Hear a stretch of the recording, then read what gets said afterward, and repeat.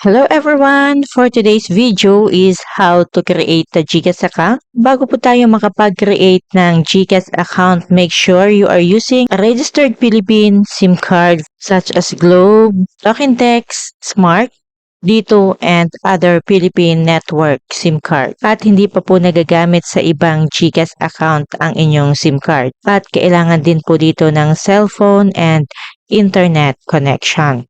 By the way guys, kung bago ka lang dito sa channel at gusto nyo pa po ng mga tutorial videos na kagaya nito, hit like and subscribe button.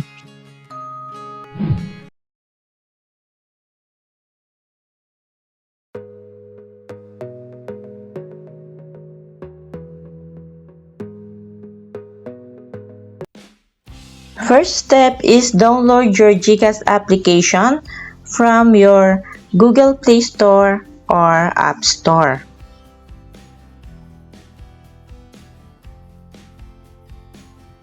Okay, then open your GCash application. Click OK. Then dito po ay kung inaalaw natin si GCash to take pictures and record video. Pwede tayo dito pumili sa dalawa na while using this app or only this time. At dito naman po ay i-allow lang po natin tong lahat.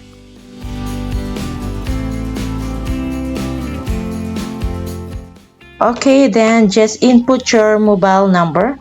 Itong process na to, kung ikaw ay wala pang dating account na nakalagin sa iyong GCash application. But if may dati ka na pong GCash account na nakalagin, i-open mo lang po ang iyong GCash application and click this icon. Then click proceed. And input your mobile number to get started. And then click next. Then get your 6-digit authentication code sent to your mobile number. At dito ay i-enter ang iyong authentication code. At i-click mo na tong new account. Then ikumpleto ang mga information na hinihingi sa inyo. Ang inyong birthday, set the year, month, and day. Dito naman ay nagtatanong kung ikaw ay Filipino. Select yes or no. And then click nyo na tong confirm. Okay, tell something about yourself. Make sure na tama po ang mga ilalagay ninyo. Kasi once you sign up, you can no longer edit these details. And make sure na ito ay match sa gagamitin yung ID once na gusto nyong i-verify ang inyong account.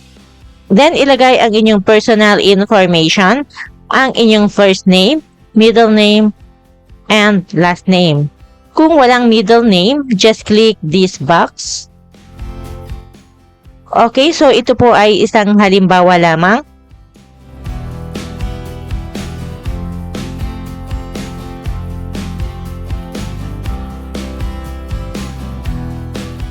Then, maglagay ng inyong email. At yung main source of funds, just click this arrow down to select. Ilagay na rin ang inyong current address, your province, city or municipality, barangay, and zip code. Once na hindi alam ang iyong zip code, pwede nyo po yan i-search sa Google.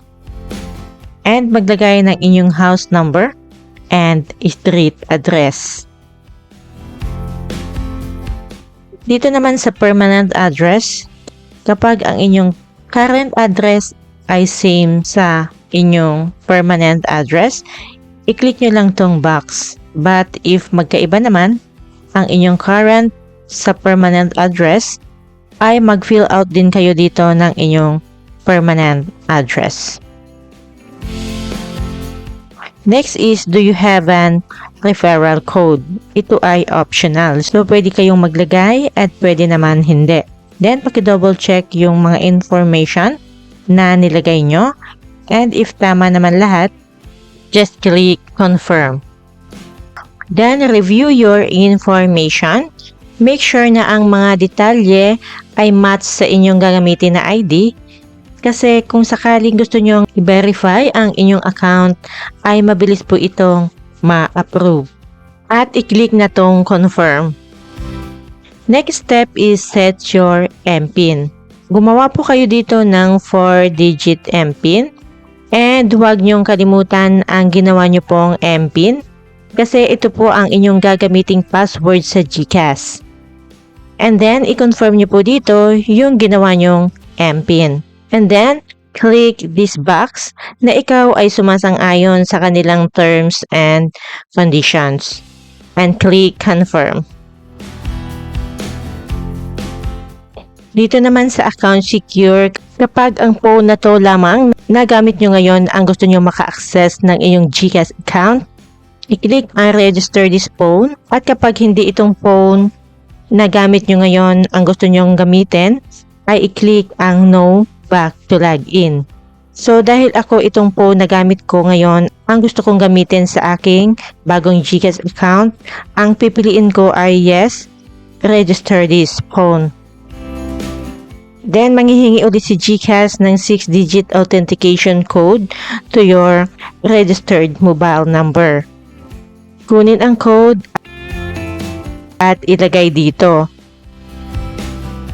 Then click submit at naka-registered na ang aking phone. At starting today, itong phone na to lamang ang pwede na maka-access sa aking GCash account. Then i-click natin tong go to dashboard. At mapupunta na tayo dito sa login page ni GCash.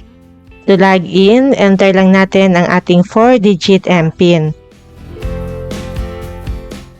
At ito na nga po ay nakagawa na po ako ng bagong GCash account at may natanggap din po akong text message. Okay, so ito pong bagong GCash account ay pwede ko na po itong magamit for cash in, pay bills, buy load, can receive money. Ito po ay naka-basic account. But if gusto nyo po ma-unlock ang lahat ng features ni GCash like send money to other accounts, just complete the process to make your GCash account fully verified. Ang kailangan lang po ay one valid ID and selfie at pwede kayo makakuha ng 40 pesos load voucher. Kung gusto nyo pong i-fully verified ang inyong GCash account, pwede nyo pupuntahan itong aking video if paano ma-fully verify ang inyong GCash account. Okay? Ilalagay ko lang po yung link sa aking description box. Okay, so gano'n lang po gumawa ng bagong GCash account. And sana po ay nakatulong po itong video sa inyo. At kung natulungan po kayo at gusto nyo pa po ng mga tutorial videos na kagaya nito, hit like and subscribe button. Okay, thank you for watching.